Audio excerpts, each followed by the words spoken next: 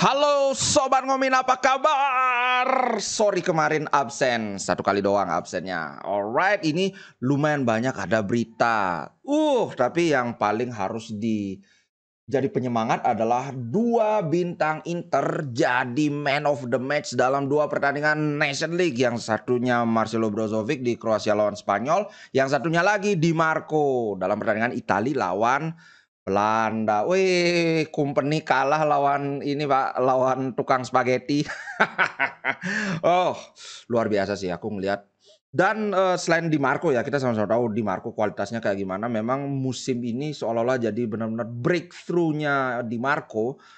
Musim lalu Di Marco memang sudah mulai jadi langganan lah main di Inter. Cuman waktu itu dia masih sering jadi center back kiri. Dan terus terang di sana sangat problematik karena kemampuan bertahan Di Marco ini nggak terlalu bagus.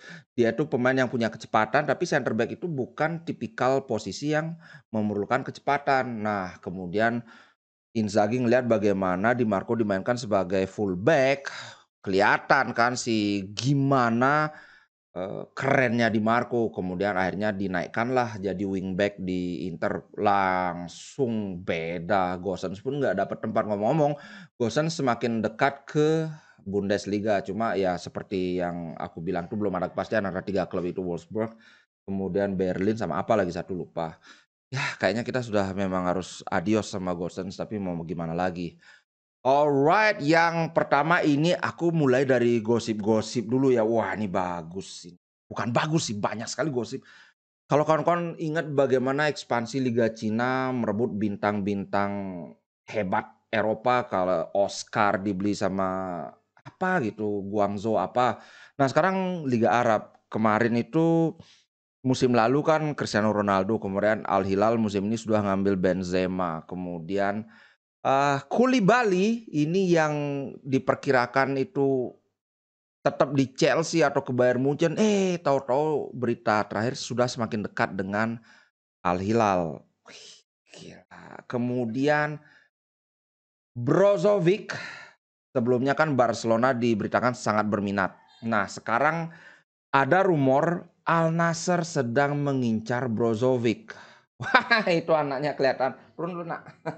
Nah, kalau Al Nassr yang ngambil Brozovic ini ada harapan Inter bisa ngangkat harga di atas harga pasar. Kalau kemarin kan perkiraannya itu ya 30-an juta lah karena umurnya kan udah 30 tahun. Kalau Al Nassr bisa mungkin diangkat harganya sampai 50 sampai 60. Lumayan banget. Karena sekarang Inter menghadapi masalah yang lain lagi. Pratesi 2 kali tampil di timnas, 2 kali tampil istimewa, bahkan kemarin lawan apa sih kok lupa, lawan Belanda dia ngegol. Dan salah satu jadi performer terbaiknya, tapi akhirnya diputuskan Di Marco yang jadi man of the match lah. Terus terang penampilan Fratesi ini bagus banget, bahkan kalau dibandingkan dengan Barella, ya bagusan Fratesi, cuma kan Barella beda. Dia masuknya pada menit ke-85 itu dia cuma main 5 menit, itu pun dia sudah dalam kurun waktu 5 menit aja dia sudah bikin satu umpan kunci, bahkan ada 10 sentuhan. Jadi nggak bisa diadu face to face apa ya, apple to apple gitu. Cuman ya kelihatan memang Fratesi tampil istimewa. Nah, aku sudah bilang soal gimana antara manajemen dan pelatih agak beda pendapat. Inzaghi pinginnya SMS, manajemen pinginnya Fratesi. Sebenarnya Inzaghi bukan nggak mau Fratesi, tapi kalau harus memilih, mending Fratesi karena alasannya kan sudah aku bilang. Nah, sekarang perkembangannya itu adalah Juventus ikutan mengincar SMS. Gila, aduh, kemarin Fratesi mereka ikutan, sekarang Milinkovic-Savic ikutan. Bahkan di Today's Paper katanya Milinkovic ngomong, bukan ngomong langsung tapi secara implisit bilang Juve ci sono, artinya Juve I'm here. Kayaknya Milinkovic-Savic juga agak apa ya, sudah agak gerah karena sebelumnya dia bilang udah oke, aku mau ke Inter, silakan selesaikan ini nego dengan Lazio. Tahu Inter lagi-lagi maju mundur cantik.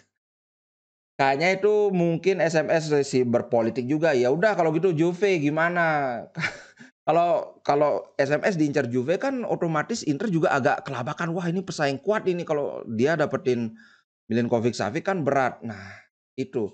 Kalau misalnya Brozovic terjual, aku ya yakin 80% SMS dan Fratesi bakalan keambil dan ini gosipnya, tidak sampai minggu ini berakhir itu transfer, Brozovic ke Al Nassr itu akan kelar, entah jadi atau tidak sudah akan ada kepastian. Oh, gimana ya, kemudian satu lagi yang ingin aku bilang adalah Retegui. Sebelum musim berakhir itu sudah kelihatan bahwa Inter ada di pole position untuk mendapatkan Retegui. Nah, kemudian ketika musim berakhir, tahu-tahu Inter kayak slow down. Slow down ini persis banget kayak kasusnya Bremer. Di waktu musim lalu kan juga gitu. Wah, udah Inter dah sudah pakai nge-gym pakai celana biru, baju hitam. Tahu-tahu diembat Juve. Nah, dengan Retegui ini kenapa Inter agak terhalang? Karena masalah Lukaku. Lukaku dia ngotot ke siapa namanya, ke Chelsea bahwa nggak mau ke tim lain selain Inter. Pokoknya gimana caranya kalian nego supaya aku tetap ke Inter. Padahal sebenarnya Lukaku sudah diminati oleh ini, Al Hilal. Koulibaly sudah hampir kelar dengan Al Hilal, mereka juga ingin ngambil Lukaku juga. Nah, Chelsea kan sudah senang nih, wah duit minyak ini bisa dijual. At least kalau ke Al Hilal itu 60 juta pasti bisa mereka jual Lukaku kan. Cuma Lukakunya ngotot nggak mau, pokoknya aku harus ke Inter. Nah, Inter juga kebetulan karena ya kalau lihat dari kualitas sih Lukaku ini masih top tier banget ya untuk kalau statusnya minjem, satu musim ini jelas Lukaku masih ada di performa terbaiknya. Lain kalau udah lagi 2 musim kan, belum tentu. Nah, gara-gara ini akhirnya Inter nggak bisa ngebut menjadikan si Retegui kelar. Aduh. Sementara di pihak lain Fiorentina juga sekarang mulai mengancam. Fiorentina jelas memang dia bukan tim sekelas Inter tapi Retegui kalau kamu ke Fiorentina kamu sudah pasti jadi tim inti. Kecuali kamu cedera kamu nggak mungkin nggak main. Udah gitu kan. Nah, Retegui kan, Bro Asis sempat nanya, "Tapi Retegui apakah sudah terbukti juga nih?" Karena kan dia mainnya di Liga Argentina. Kalau menurutku sudah terbukti karena walaupun kita cuma ngelihat highlight-nya saja pertandingan-pertandingan itu kan kita ngelihat seberapa jauh, beda kualitas antara Retegui dibandingkan pemain-pemain lain di liga tersebut. Nah, di situ kelihatan jauh banget, kayak overpower banget, OP banget kan. Itu satu. Nah, kedua, di timnas itu kan levelnya sudah top tier. Terbukti dia juga bisa menunjukkan performa yang top tier, kan kemarin dia asis. Asisnya juga asis tendangan tumit ke Di Marco kan. Kelihatan pemain ini sangat tenang dan menurutku ini bukan pemain yang sedang menanjak, tapi pemain sudah jadi, udah tinggal dipakai aja. Kalau dia gagal berarti itu bukan karena dia belum cukup jam tayang, tapi memang ya nggak cocok aja gitu loh. Terus terang kalau harus milih Lukaku dan Retegui, aku lebih milih Retegui. Umur masih muda, masih bisa dijual lagi, sedangkan Lukaku itu kan kita cuma minjem aja, kalau beli udah hampir nggak mungkin. Itu sih guys. Gimana sih kalau misalnya Marcelo Brozovic terus terang aja aku ya, kalau bisa dijual 50 juta itu sudah sangat ikhlas. Al ikhlas, Pak. Karena duitnya bisa dipakai ngambil Fratesi dan, Milinkovic-Savic secara bersamaan. Tinggal ditambahin duit dikit aja gitu, guys. Kemudian kalau tadi masih bersifat rumor, ini Korea sudah didekati Fenerbah, aku nggak tahu gimana bacanya. Kalau Zeko udah hampir kelar ininya, transfernya, sedangkan Korea dia menolak. Salah satu alasan yang paling kuat katanya Korea kan baru habis nikah, dia mau pindah dari Inter asalkan tetap di klub Itali, klub manapun itu walaupun bukan klub papan atas. Itu Korea. Kemudian Aslani. Nah, Aslani kan eh digadang-gadang sebagai bintang masa depan Inter, sedangkan musim ini dia jarang dapat bermain.